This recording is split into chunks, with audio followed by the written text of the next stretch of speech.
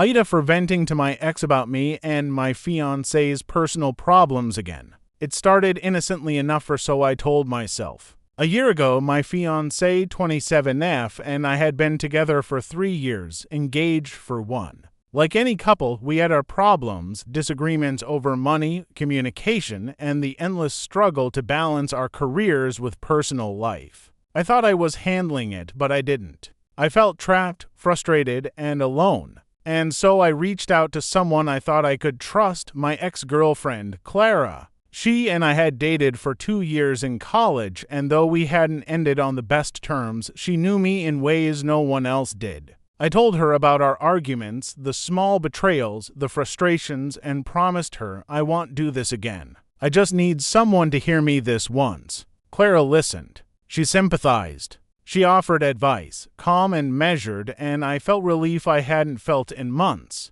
I swore to my fiancé I'd never vent to an ex again. I meant it, or at least I thought I did. Fast forward a year. Life hadn't magically improved. Our arguments had shifted from money to trust issues, to jealousy over trivial things, to resentment over things unsaid. And one night, after yet another fight, I found myself staring at my phone, my thumb hovering over Clara's contact. I just need to talk to someone, I whispered to myself. Before I knew it, I was typing, sending paragraphs of our personal problems, our deepest insecurities, and even secrets my fiancé had shared in confidence. I didn't tell my fiancé. I didn't think about the consequences. I told Clara everything, and she responded with empathy, questions, and insights that made me feel understood, dangerously understood. The next morning, guilt hit me like a freight train. I promised myself I'd tell my fiancé the truth, but I didn't.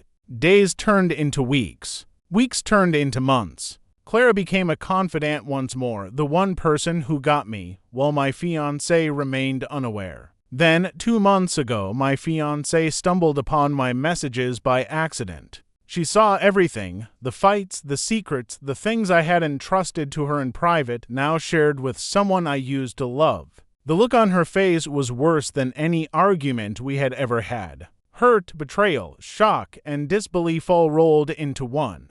"Why would you do this?" she asked, voice trembling. "You promised. You swore you'd never talk to her like this again. Did any of this matter to you at all?" I didn't have an answer. I tried to explain. I just felt alone. I needed someone to talk to. She shook her head. "We promised to work through things together. And instead, you went behind my back. Again." It hit me then how much I had broken the trust I swore I'd never touch again. I realized that venting to an ex, especially without telling my fiancé, wasn't just a harmless act of seeking support. It was a betrayal, a repeat offense, a choice I made knowing exactly what I was risking. Our relationship didn't end, but it changed. There was distance now, silent resentment simmering under the surface. Every conversation carries a subtle accusation, every shared joke a ghost of that betrayal. And every time I look at my fiancé, I feel the weight of my mistake pressing down, a reminder that some confessions are dangerous not because of what they reveal, but because of who they're revealed to.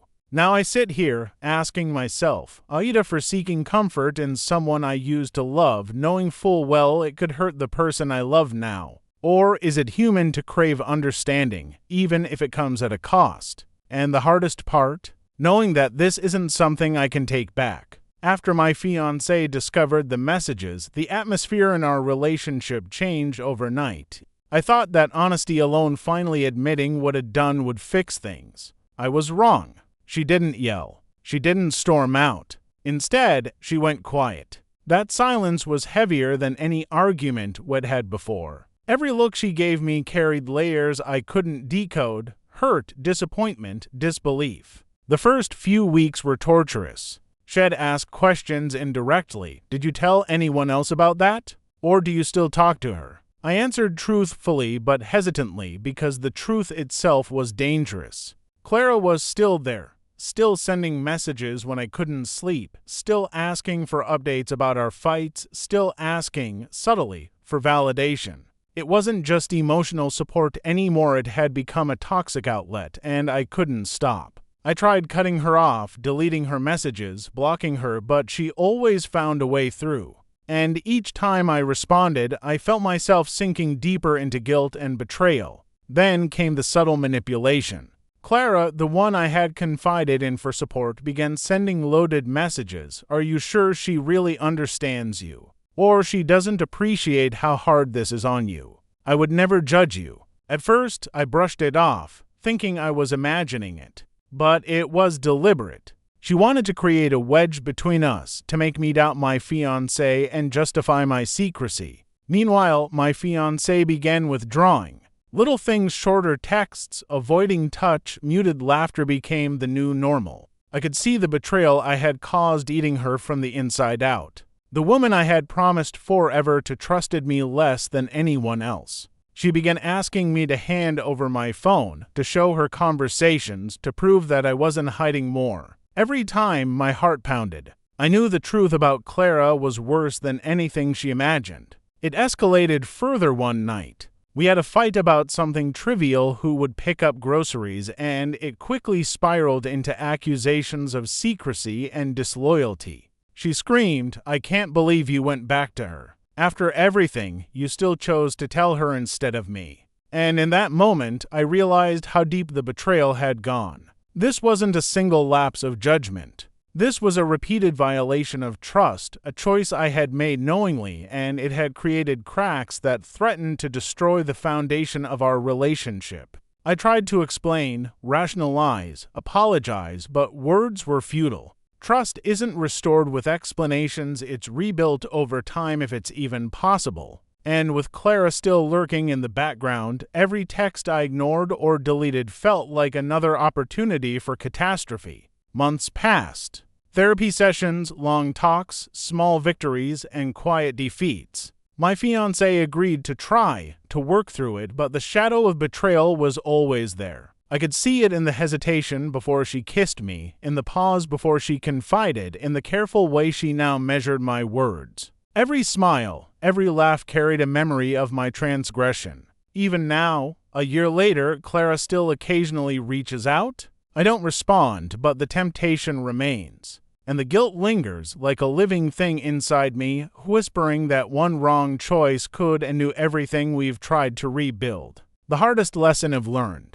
Betrayal doesn't just hurt the person you wrong. It changes you. It alters how you see trust, love, and yourself. Every interaction with my fiancé now carries a tension, a silent question. Will you choose her or will you choose me? I don't know if we'll ever fully recover. But I do know this: secrecy, even when disguised as seeking support, can destroy what you value most. And sometimes the person who understands you best, a friend, can also be the person most capable of breaking you. Months turned into a year, and the shadow of my betrayal didn't fade, it evolved. Clara wasn't just an ex anymore, she had become a looming presence in our relationship, an invisible third party I couldn't escape. Even when I didn't respond to her messages, I knew she was there, watching, waiting, shaping my thoughts. Every time my fiancé left the room, every time I saw a notification flash, my heart skipped a beat. It started innocently enough. Clara would send a meme, a song lyric, a remember when message, but gradually it became more pointed. She'd ask probing questions. Do you feel like she really listens to you? Or are you sure she even understands you the way I did? And each time my guilt made me answer, subtly, cautiously, feeding her need without even realizing it. The real danger came when my fiancé noticed the tension. She had always trusted me, but after discovering my earlier betrayal, her trust was fragile, like cracked glass. She began checking my phone more frequently, reading texts over my shoulder, asking pointed questions. The conversations were exhausting, filled with frustration and silent pain. I wanted to tell her everything about Claire's manipulations, but every time I tried, I hesitated. Part of me feared she would see how deep the entanglement had become and that I might have to admit I was still emotionally vulnerable to Claire's influence. One night, after another argument sparked by a casual comment I made to a friend about venting being necessary sometimes, my fiancé stormed out. I followed her to the living room, my voice shaking as I pleaded, "Please, just talk to me. I'm trying." I promise, and trying. She turned on me, tears streaming. Trying. Do you even understand what you've done? You've shared everything with her. Our arguments, our secrets, everything that makes this relationship ours. And for what? So you could feel understood by someone who isn't even here. Her words pierced deeper than any fight it ever had. I realized then that the betrayal wasn't just in the venting, it was in the repeated choices, the inability to stop even when I knew the consequences. Clara had become a toxic addiction, a constant temptation that undermined the relationship I swore to protect. Weeks later, things escalated further. Clara somehow obtained access to one of our mutual friends' social media accounts and subtly spread rumors about fights, about trust issues, about me supposedly confiding too much in her ex.